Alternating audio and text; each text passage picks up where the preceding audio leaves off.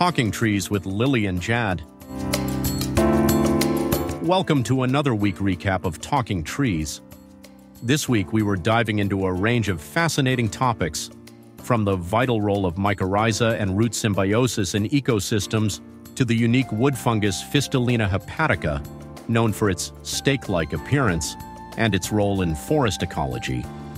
Join us each day for a new dive into the world of arboriculture and ecology.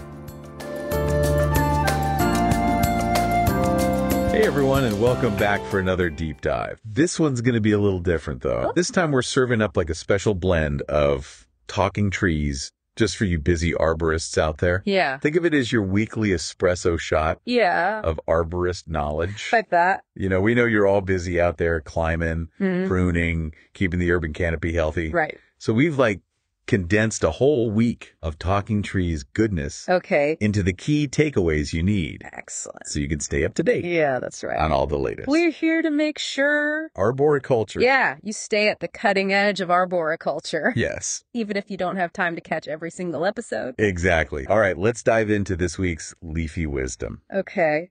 Monday's episode took us underground, exploring the fascinating world of mycorrhiza. Yes. You know, those incredible fungal networks that partner with tree roots? Those are fascinating. They are so cool. What's really cool about mycorrhiza is they're not just one size fits all. Right. There are actually different types, like ectomycorrhiza, that form sheaths around roots, and arbuscular mycorrhizae that actually penetrate root cells. This diversity is key because it allows different tree species to access a wider range of nutrients. Oh, that's cool. And thrive in different environments. So it's really like an intricate underground marketplace. Exactly. With trees and fungi. Yeah. Trading nutrients for mutual benefit. Absolutely. And knowing this can seriously up our game as arborists. Right. For example, if you're planting a new tree in a compacted urban site, you might consider inoculating the soil with mycorrhiza to give those roots a head start. Precisely. Cool. Speaking of getting up close and personal with trees, Tuesday's episode was all about accessing trees. Yes. They covered everything from setting up ropes and using throwlines to those handy telescoping poles. Oh, yeah. That seem to get longer every year. I gotta admit, I'm still a bit intimidated by those poles. Any tips from the episode that stood out for you? Well, one thing they emphasized was the importance of choosing the right pole for the job.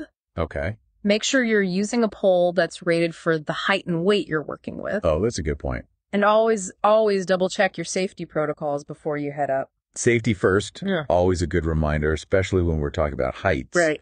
Now, Wednesday's episode took a more serious turn. Okay. Focusing on Dutch elm disease, a topic that unfortunately never seems to get old. It's true. Dutch elm disease is a persistent threat.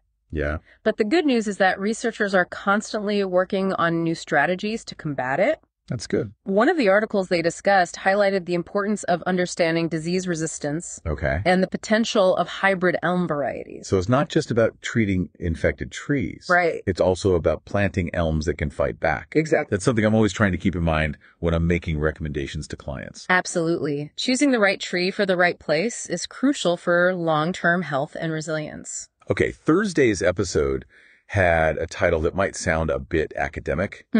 Defect X, Feature X, Symptom X, Microhabitat. But it was actually all about fine-tuning our diagnostic skills. Yes, this episode was a great reminder that not all defects are created equal. Right. They really dove into the differences between features that contribute to biodiversity, like cavities that provide habitat for wildlife, and defects that might actually compromise the tree's structural integrity. So it's not just about spotting something unusual. Right. It's about understanding the context. Exactly. And making informed judgments about whether it's a cause for concern or simply a sign of a tree living its best life. Exactly. And this leads us to a key takeaway for any arborist. Accurate tree risk assessment requires careful observation, a deep understanding of tree biology, and the ability to differentiate between harmless quirks and genuine threats. You know, that focus on detail actually reminds me of Friday's episode. Which zoomed in on the European Arboricultural Standards Conference in Prague. Yeah. It sounded like there were some big developments in tree assessment standards. There were.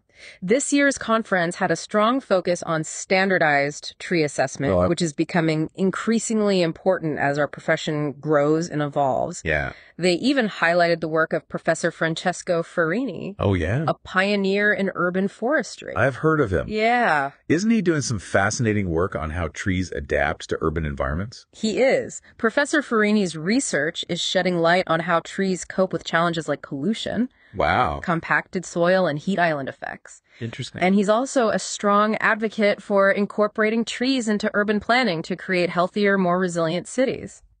And speaking of fascinating trees, we wrapped up the week on a lighter note with Saturday's episode, which introduced us to the rather unique Fistulina hepatica, also known as the beefsteak fungus. Oh, yes, the fungus that looks like a slab of raw meat. Exactly. I have to admit, I was a little grossed out at first. Yeah. But then I learned that it's actually more beneficial than harmful. That's right. While it does cause brown rot, Okay. a type of wood decay, it typically colonizes older, mature trees that are already in decline. Oh, interesting. And get this, it's even edible. You're kidding. So it's not just a strange-looking fungus? Nope. It's a potential delicacy. That's right. I never would have guessed. See? The world of trees is full of surprises. It really is. Even something as seemingly mundane as a wood decaying fungus can teach us something new and challenge our assumptions. So true. Okay, that was quite a whirlwind tour, this week's Talking Trees episodes. Yeah, it was a busy week. From the depths of the soil microbiome to the heights of international conferences, we've covered a lot of ground. We have, but our deep dive doesn't end there. Okay. Let's take a closer look at some of these key takeaways. All right. And see how they can inform our work as arborists. Sounds good to me. Let's start by revisiting those mycorrhizae. Okay. What are some practical tips our listeners can use to promote these beneficial relationships in their own work? Well, one of the most important things is to minimize soil disturbance. Okay. Compaction excavation, even excessive mulch, can disrupt those delicate fungal networks. Yes, makes sense. So when working around trees, consider techniques like air spading to loosen compacted soil and avoid unnecessary root damage. That's a great point. It's all about creating a healthy underground environment where those partnerships can flourish. Exactly. Okay, let's shift gears to tree risk assessment. Right. We talked about the importance of distinguishing between defects and features. Can you give us some real-world examples to help our listeners hone their diagnostic skills? Certainly. Let's take cavities, for example. A cavity in a tree trunk might seem alarming, but it doesn't always signify imminent failure. Right. If the cavity walls are hard and the surrounding wood is sound, it could be a habitat feature, providing shelter for wildlife without compromising the tree's structural integrity. Okay. On the other hand, a cavity with soft, decaying wood and visible fungal fruiting bodies might indicate a more serious structural issue. So it's all about looking at the context, right, the surrounding evidence, and not jumping to conclusions based on a single observation. Exactly. Remember, folks, if you're ever unsure, it's always best to consult with a qualified arborist who can provide a professional assessment. Absolutely good advice. Speaking of professional expertise, yes, the European Arboricultural Standards Conference highlighted some key areas that are shaping our profession. They did. Absolutely. Yeah. One of the big themes was the importance of standardized tree assessment. Why is this so crucial, especially in today's rapidly changing urban environments? Well, standardized assessments provide a common language and framework for evaluating tree health and risk. This ensures consistency and transparency in our work, which is essential for effective communication with clients, colleagues, and policymakers. Yeah. It also helps us make informed decisions about tree care preservation and removal. That's important. Particularly in complex urban settings where development pressures are high. So it's not just about having a shared vocabulary. Right. It's about ensuring that our decisions are based on objective criteria and best practices. Absolutely. And this leads us to another key takeaway from the conference. Tree valuation. Ah, yes. Tree valuation is becoming increasingly important as we strive to demonstrate the tangible benefits trees provide to our communities. Yeah, I think that's really important. By assigning a monetary value to trees, we can better advocate for their protection and incorporate their worth into urban planning decisions. Right. It's about moving beyond the aesthetic value of trees and quantifying the economic and ecological services they provide, like stormwater mitigation, air purification, and even increased property values. All important factors. Okay, let's switch gears for a moment. Okay. And talk about that fascinating beefsteak fungus. Uh-huh. Besides its unusual appearance, what makes it stand out from other wood-decaying fungi? Well, unlike many other wood-decaying fungi that cause white rot, Right. Fistulina hepatica causes brown rot. Oh. This means it primarily breaks down the cellulose in wood, leaving behind the lignin, which gives the wood a brown, crumbly texture. Interesting. But what's really interesting is that despite its role in decomposition, Yeah. it's considered a relatively benign fungus. Huh. It typically colonizes older, mature trees, and its slow decay process can actually extend the tree's lifespan. So it's like a gentle decomposer, gradually recycling nutrients back into the ecosystem. Precisely. And to top it off, it's edible and potentially medicinal. Mm-hmm. It's a reminder that even in decay, there's beauty and value to be found. Absolutely. The natural world is full of surprises. Yes, it is. And even the seemingly mundane can hold fascinating stories and ecological significance. Well said. Okay, we've covered a lot of ground today. We have. From microscopic fungi to international conferences and even a fungus that looks like a steak. It's been quite a journey. But before we wrap up this deep dive, I want to leave you with a thought-provoking question inspired by this week's Talking Trees episodes. Intrigued. What's the question that's got you pondering? We talked a lot about the importance of healthy soil for supporting mycorrhiza and ultimately tree health. Right. But what about the role of the soil microbiome in urban environments? Yeah. How do factors like pollution, compaction, and limited organic matter impact this delicate ecosystem beneath our feet? Okay. And what steps can we take as arborists to promote a thriving soil microbiome in these challenging urban spaces? That's a fantastic question and one that deserves further exploration. Yeah. It highlights the interconnectedness of urban ecosystems and the need to consider the unseen world beneath our feet. Exactly. It's a fascinating frontier, isn't it? We're only beginning to understand the complexity of the soil microbiome and its impact on tree health. Absolutely. And thinking about complexity brought to mind Tuesday's episode on accessing trees and all those safety protocols. Oh, right. Any standout tips from that episode that our listeners should keep in mind? Beyond the specific techniques for ropes and equipment, the thing that really stuck with me was the emphasis on pre-climb inspections. Oh, yeah. It's easy to get caught up in the moment, but taking those few extra minutes to thoroughly inspect your gear, right, harnesses, ropes, carabiners, can literally be a lifesaver. Like that old saying, an ounce of prevention is worth a pound of cure. Exactly. Especially when you're 50 feet up in a tree. Yeah, no kidding. You know, those articles on Dutch elm disease were pretty sobering. Mm-hmm. It feels like a never-ending battle. It certainly can. But what gives me hope is the ongoing research into disease resistance and the development of hybrid elms that can withstand this fungus.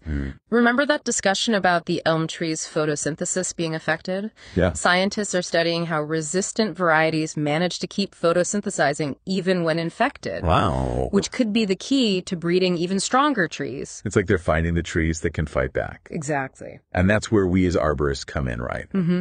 By choosing these resilient varieties for our urban plantings, we can help create a future where elm trees once again grace our streets and parks. Precisely. Mm-hmm. We're not just tree caretakers, we're stewards of the urban forest, shaping its future for generations to come. I love that. And thinking about shaping the future. Yeah. Let's touch on those hot topics from the European Arboricultural Standards Conference. Okay. Tree assessment, valuation, and protection during construction. What implications do these have for our listeners on the ground? Well, standardized tree assessment is all about leveling the playing field, right? Yes. It ensures that we're all speaking the same language. Right.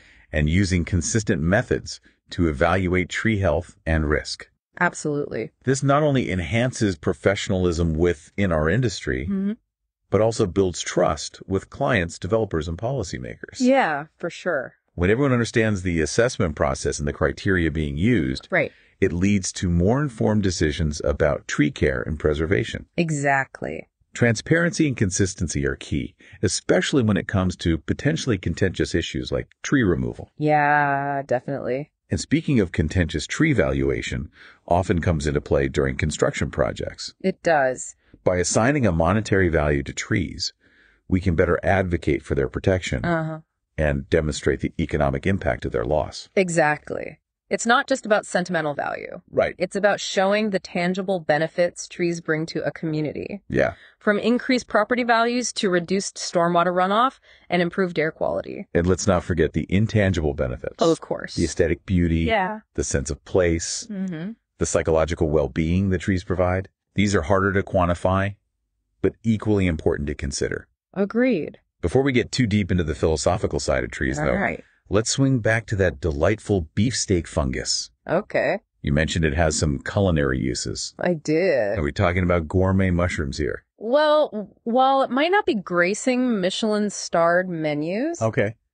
Fistulina hepatica does have a history of being eaten, especially in certain parts of Europe. Uh-huh. It's said to have a slightly sour, tangy flavor reminiscent of, you guessed it, beefsteak. Some people even pickle it. I'll admit I'm a bit hesitant to try a fungus that looks like raw meat. Yeah, I understand that. But hey, I'm always up for an adventure. Okay. Maybe we can do a talking trees taste test sometime. Now that's an episode I'd tune in for. Yeah? But before we get carried away with culinary experiments, Okay. let's circle back to that thought-provoking question you posed about the urban soil microbiome. Right. It's been on my mind all week. How do we as arborists working in these often harsh urban environments foster a healthy soil microbiome that can support thriving trees? Mm-hmm. It feels like an uphill battle sometimes. It certainly can be. Urban soils face a multitude of challenges: compaction, pollution, limited organic matter, and often a lack of the diverse plant and microbial communities found in natural ecosystems. So where do we even begin? Do we start by testing the soil to understand its composition and microbial diversity? That's definitely a good first step. Soil testing can provide valuable insights into nutrient levels, pH, organic matter content, and even the presence of beneficial microbes. Okay. But beyond testing, we need to consider how our practices impact the soil ecosystem. Like minimizing soil disturbance during construction projects. Exactly. And choosing tree species that are well suited to urban conditions. Absolutely. And let's not forget about the importance of organic matter. Right. Adding compost, mulch, and other organic amendments can help improve soil structure. Yeah. Increase water retention, and provide food for those beneficial microbes. It's like giving the soil microbiome a hearty meal. It really is. It's about taking a holistic approach. Right. Considering the soil as a living ecosystem that needs to be nurtured and protected, it's not just about the trees, it's about the entire underground world that supports them. Well said. And this holistic perspective extends beyond individual trees and even entire urban forests. It's about recognizing the interconnectedness of our actions and their impact on the broader environment. Exact. That's a powerful reminder. Mm-hmm. Our work as arborists isn't just about caring for trees. Right. It's about contributing to the health and resilience of our planet as a whole. Absolutely. And that brings us back to the core mission of Talking Trees: to share knowledge, inspire action, and foster a deeper appreciation for the vital role trees play in our lives and the well-being of our planet. Well put. Yeah. So to all our fellow tree enthusiasts out there, keep learning, keep exploring, and keep those branches high. And until next time, happy tree climbing. We'll see you on the next deep dive. Thank you for tuning into Talking Trees. We hope you enjoyed this week's deep dive into the incredible world of trees, fungi, and forest ecosystems. If you found these episodes informative and inspiring, don't forget to subscribe to get full episodes delivered daily at herohero.co/talkingtrees. Your support makes a huge difference and helps us keep this podcast growing. And as always, if you have questions, topic suggestions, or feedback, feel free to reach out. Until next time, keep exploring, learning, and protecting the beauty of our natural world.